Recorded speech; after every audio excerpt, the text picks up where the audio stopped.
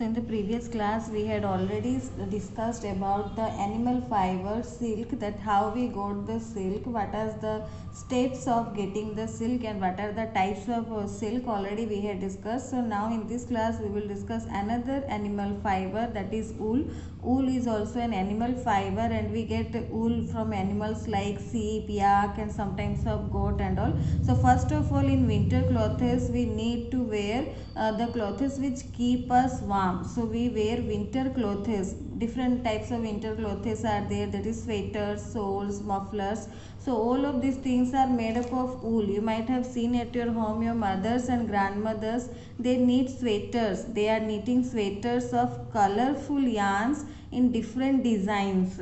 So this wool keep us warm. This wool keep us warm because it is very thick fiber. This fiber is very thick and it traps a lot of air between them. Since air is a very good insulator of heat, the wool keeps us warm. So why the wool keeps us warm? So because woolen fibers are thick and trap a lot of air in between them. So since the air is a very good insulator of heat, insulator means those who doesn't allow the heat to pass.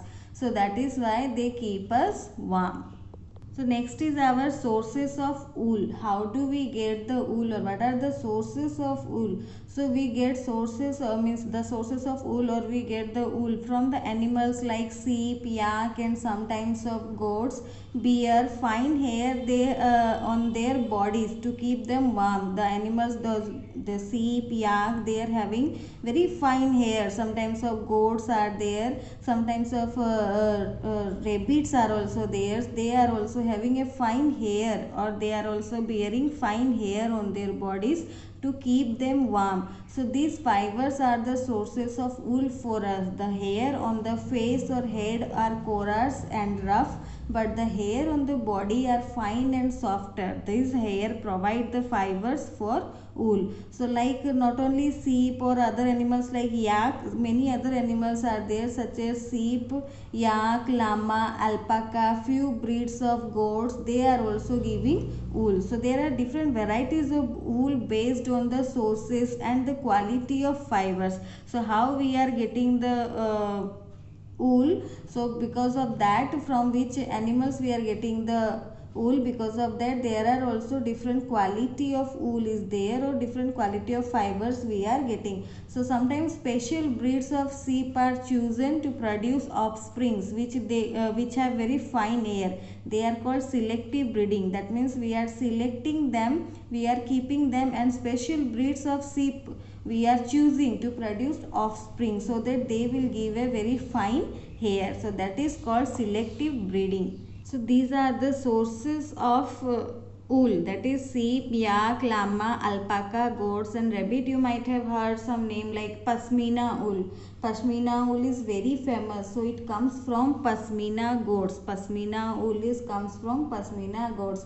And another type of wool is there, angora wool. Angora wool, that is also comes from angora rabbit. Angora wool comes from a type of rabbit, that is angora rabbit. A type of rabbit is also there, angora rabbit, from which hair the angora wool is obtained. So next is our another type of wool we are getting from angora goat, that is called mohair. That is called mohair. So these are some special brands, means famous brands, like we are telling them, like angora goat gives mohair, Kashmiri goat gives Kashmiri wool, angora rabbit gives angora wool, pashmina goat gives pashmina wool. So similarly for sheep also, yak also, different varieties are giving different variety of wool. So we have different qualities of fiber, or we are getting different qualities of wool. So now we will see how we are getting wool from these sources, or what we are obtaining, what we are doing to obtain wool from these sources. So in the process of making of wool, the first step is rearing and breeding. Rearing and breeding. So here the sheep are reared by shepherds all over the world. Sheep mostly fed on grass and leaves. They are eating grass and leaves. They are also given grains, corns and oil cakes. So when the sheep have a thick layer of hair on their body, they are ready for saving. So first of all they are giving food, like they are giving grains also, corns and oil cakes, and they also feed on grass and leaves. So after when they are getting a thick layer of hair on their body, they are ready for saving. So after rearing and breeding, the next step is shearing. Shearing is the process in which the body hair is removed from the sheep. That means the hair coat on a sheep's body, that is removed by the process of shearing, and it is done with the help of mechanical razor, and it is just like haircut. It is just like haircut for the sheep. So shearing means, shearing is the process of removal of body hair from the sheep's body, and it is cut using a mechanical razor just like haircut. It is done normally in summer because as the temperature is too high, the sheep can live without the fur. They don't need the fur during the summer season. So the hair is removed from the sheep's body in the summer season, and that is called fleece. The body hair which is removed from the body of sheep, that is called fleece. So after shearing, scouring is done. Scouring means, scouring is the process in which fleece is washed with soap, detergent or diluted acid solutions so that it can dissolve all the vegetable matter and grease, because the fleece contains the fleece means the body hair of the sheep, it contains many grease, it contains many waste materials, grease, the other waste materials it contains, and it is thoroughly washed to remove all this matter. That is called scouring. So in this process, in the scouring process, the fleece is washed, and it is done with the soap or detergent or diluted acid solution so that all the vegetables and grease can come out. If all the vegetables and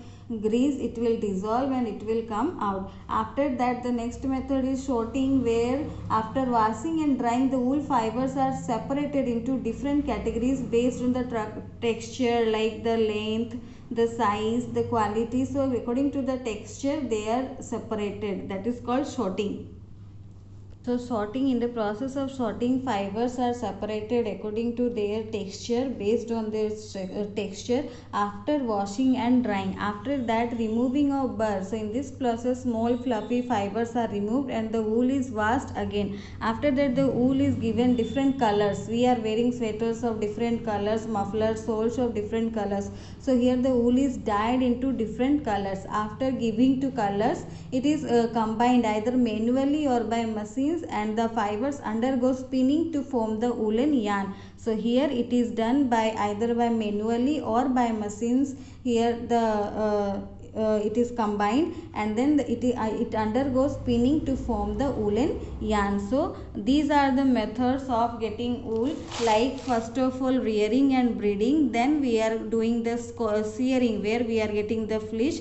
After getting the fleece, it is washed with soap, detergents or dilute acid solution, that is called scouring. After scouring, it is sorted, that means fibers are separated, and then if any fluffy fibers or small fibers are there, that is removed and then it washed again. After that, it is given into different colors, and then after giving to colors, it is combined either manually or by machine so that it can undergo spinning to form the woolen yarn. Here you can see some breed names, those who are giving the good quality of wool and where they are found. So for example, these are the breeds of the sheep. So Lohi, it gives good quality of wool and it found in Rajasthan, Punjab. Then Rampur bush hair, it gives brown fleece, Uttar Pradesh, Himachal Pradesh it is found. Then Nali, this also gives carpet wool. This gives carpet wool, so it is found in Rajasthan, Haryana, Punjab. Then Bakharwal for woolen shawls, it found in Jammu and Kashmir.